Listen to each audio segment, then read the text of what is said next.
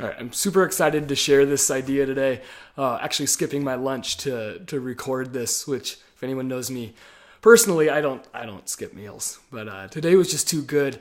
This comes from a conversation I had with a client earlier this week. We were talking about negative thinking. We were talking about the negative thoughts that kind of sneak into your head at times, especially when you're kind of living at your edge, right? You're creating something new that you haven't tried before, or stepping kind of out of that box that you normally would live in. And these thoughts come in. And the thoughts can range from, in my client's case, thoughts of you should be doing something else, right? You're not on the right path. You should be married by now. You should be in a different career at this point. You should be making more money. Thoughts that a lot of us have. Or in my case, what comes up a lot as I'm creating, whether I'm writing or doing videos like this, thoughts of, who the hell do you think you are to be doing this kind of stuff? Why do you think you're so special that people should listen to you? Those kind of thoughts come in.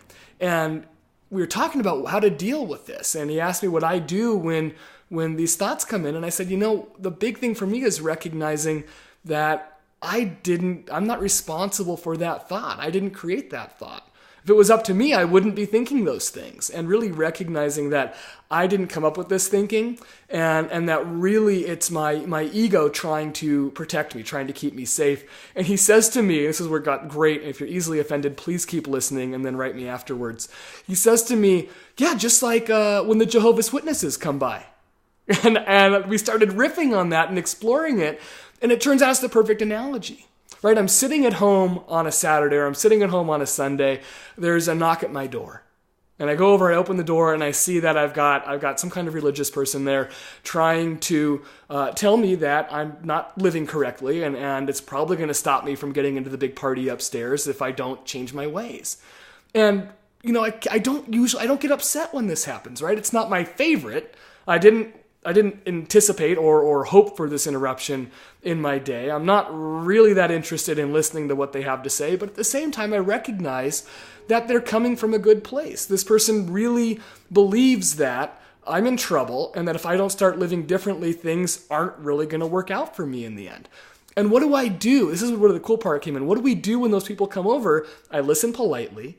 I say, thank you so much for stopping by and your interest in my life and wanting to help me. However, I'm not really interested at this time. And that's not really something I'm going to explore. I close the door and I go back to enjoying whatever I was enjoying. Same thing with my negative thinking, right? It's my ego trying to help me.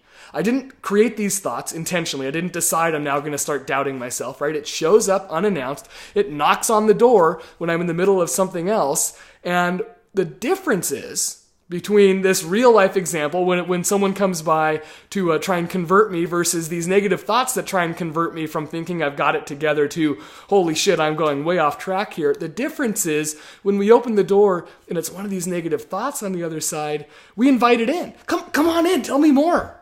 I want to hear about this. How am I screwing my life up? Tell me more about how I'm doing it wrong. Tell me more about how I'm not good enough. And when we sit down at the table and we really get into it with these thoughts, right? We bring them in and we attach to them and we give them our time and our energy and as though it's real. So what we came up with was the idea, let's just treat all of our negative thinking like we would the Jehovah's Witness that stops by.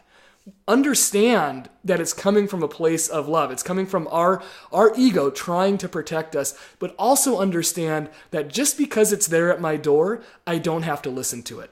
Just because it's talking to me doesn't mean what it's saying is true, at least not for me. And what we need to do instead of invite them in is listen, thank them for their time. Thank you, brain, for trying to keep me safe. Thank you for trying to stop me from doing something I might be embarrassed about or might offend people later on. Thank you for that. But I don't really have time for this right now. I'm too busy creating magic in my world. I'm too busy making money and building the life that I want. So thank you for stopping by. However, I'm going to go ahead and close the door and get back to my life. What if we tried that every day?